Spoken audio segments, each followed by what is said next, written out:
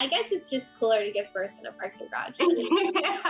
I heard her yell, "I need help," so I rushed downstairs to see what she needed, and the baby was just like coming out. Yep, sure enough, there is a head poking out.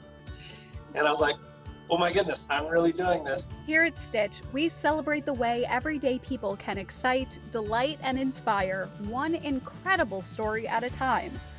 Sometimes, no matter how much prep parents do, their baby has other plans. The miracle of life can be, in a word, chaotic. In this episode, you'll meet some brave families and little ones who made quite the dramatic entrance in these remarkable birth stories.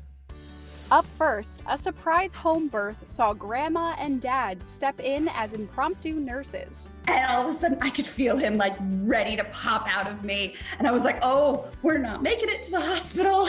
We're having this baby here. Bathtubs are usually a place to relax, but for this mom, it was anything but tranquil. Crawled into the tub and stood there. And I was like, let's let gravity do its thing. This is Shannon's second child and says she didn't feel much pain leading up to the birth. Then, all of a sudden, the baby's head is here, and then another push. 10 seconds, baby was out. She gave birth standing up in her bathtub. Luckily, Shannon's mother was there, expecting to babysit her older grandchild.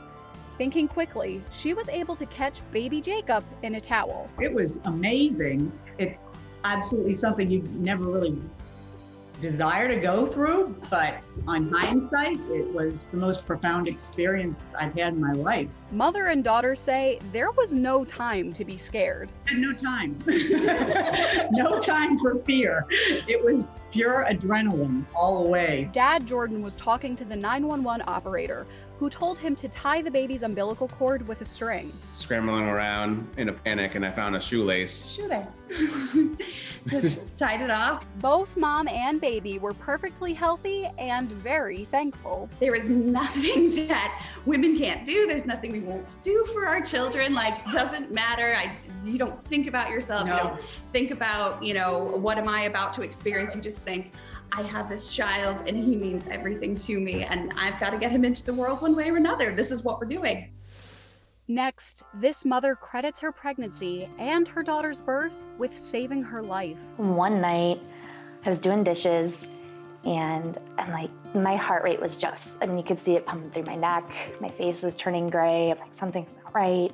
The picture of health, Nikki was an avid runner expecting her second child, until something changed in a heartbeat. Nikki had been experiencing an elevated heart rate that her doctors attributed to her pregnancy. This night it was so high, she rushed to the emergency room and was flown to another hospital where a team of doctors was waiting. And they came back and they said, it's heart failure.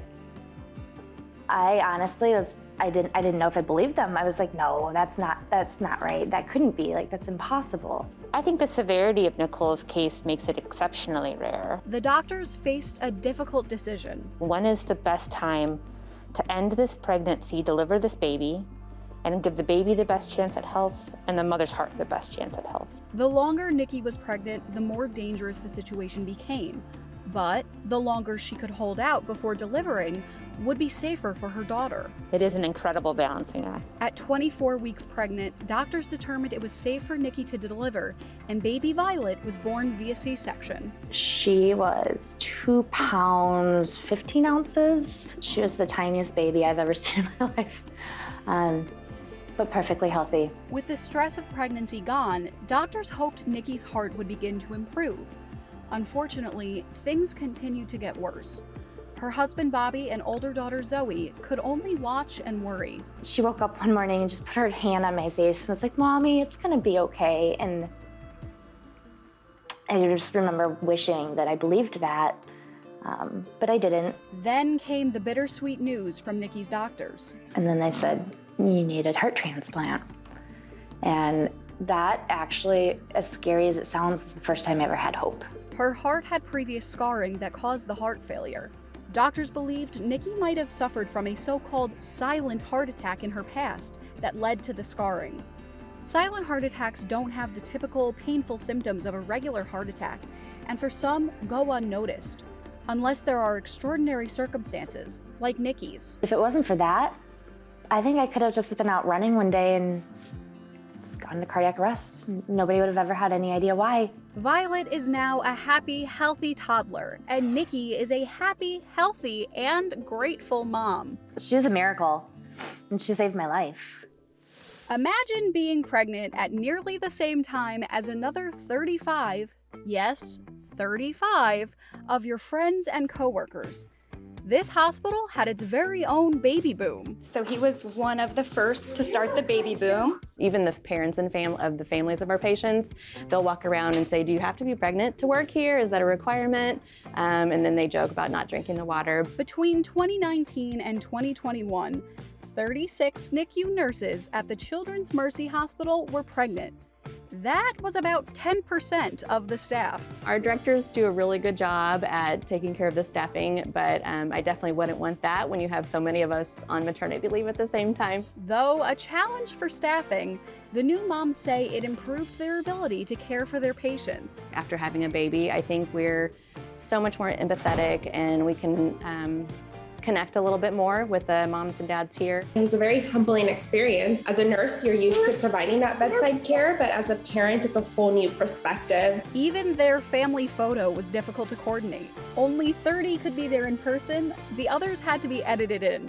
It was the most that we could get at the same time. I actually went into labor just a couple hours after that picture was taken. The baby boom continued into the pandemic, and as any parent will tell you, it was a difficult time. A lot of us were in the same boat as far as, not seeing family and friends during this pandemic. Despite being in quarantine half of his life, he does have a huge personality.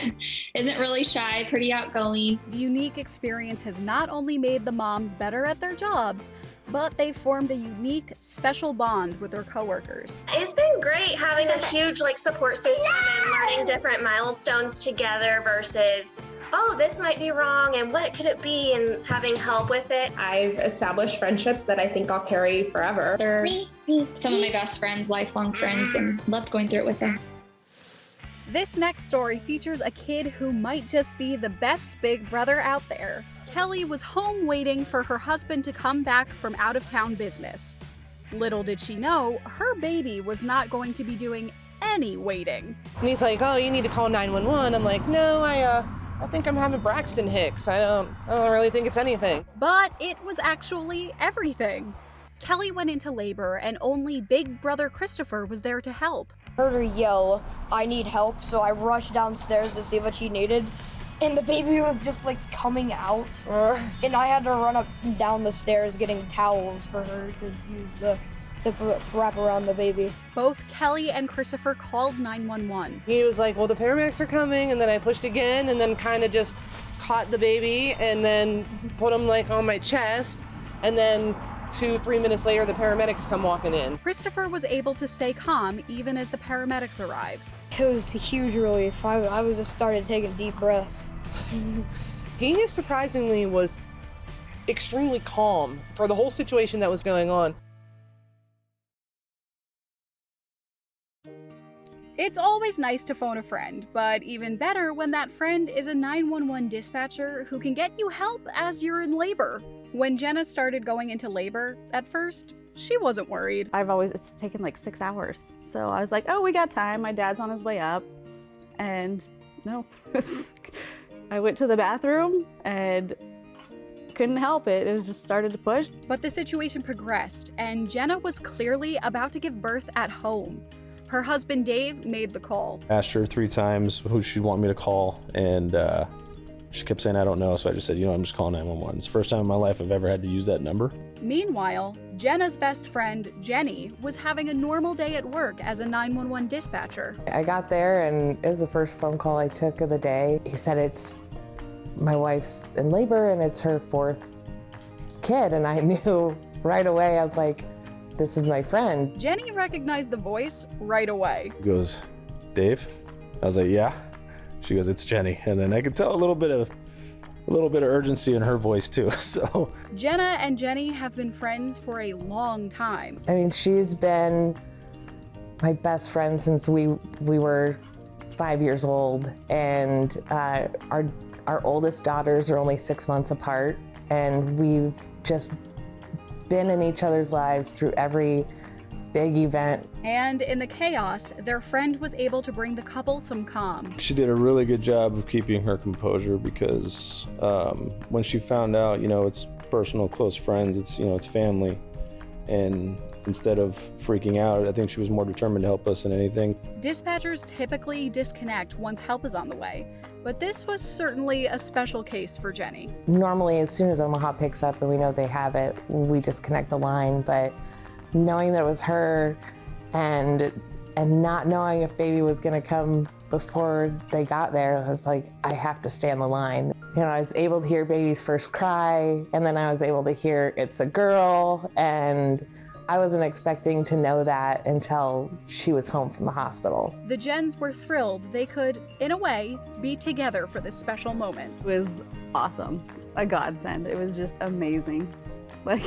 Just hearing her and knowing she's a part of it, and I'm just like, it was just very heartwarming and very comforting. I've never heard of anything like that happening. It's just, kind of a 1 in a million chance for it to happen.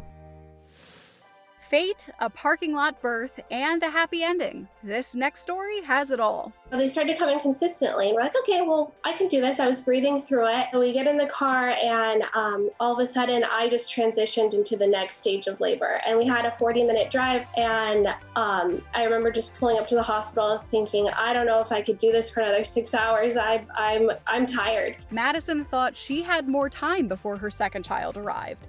But the baby had other plans. He's coming, you guys, he's coming. And we're like, this is happening right now. I'm giving birth in the parking lot. This is really happening. And I remember when I was on the gurney, he said, I actually just gave birth. But I was like, what is happening right now? Though she was giving birth in the hospital's parking garage, fate was still on Madison's side. We're kind of frantic looking around, and Jenna comes out of nowhere. Nurse Jenna happened to be leaving the hospital at that time and was able to help deliver Madison's baby. I just got right down, I assessed the baby. I made sure that baby's cord was clamped, and dad took baby, and her sister and the dad were holding baby. What's even more serendipitous, Jenna, a labor and delivery nurse, wasn't getting off of work. She was actually visiting a very important patient. Just a week earlier, I thought I was going to be the one who delivered in my car. Jenna had given birth to her son, Miles. And he got really sick, and so we brought him back to the ER. Jenna was leaving to go home for a few hours to see her other 2 children. She just happened to be in the parking lot at that moment to help Madison deliver her baby. It was just really a miraculous thing. What are the odds of her husband not taking her to the emergency room or to the front of the hospital and going to the parking garage? And what are the odds of her laying down right behind my car and me coming down? If I hadn't been delayed in the pediatric unit, would I have missed it completely? I could have just gotten in my car and driven away. So it was just really kind of miraculous that we connected just in that exact way. The stars aligned. Both babies were healthy and eventually went home. And both families were thankful for their fateful meeting. It's rare that someone delivers outside of a hospital or in a birth center, in their car or something. But what are the odds that we just totally aligned? I told my mom, well, I guess it's just cooler to give birth in a parking garage. Yeah. It really is cooler to give birth in a parking garage. Just ask this next couple. I don't really know what was going on. I just remember being in just a lot of pain. I told them, I don't think I'm gonna make it. She's coming out now. Nicole and Brian's daughter, Astrid, was coming whether or not they were ready. They had just pulled into the hospital parking lot when... Yep, sure enough, there is a head poking out. And I was like, oh my goodness, I'm really doing this. But they had some help. Luckily, Miss Tabitha drove by and she stopped.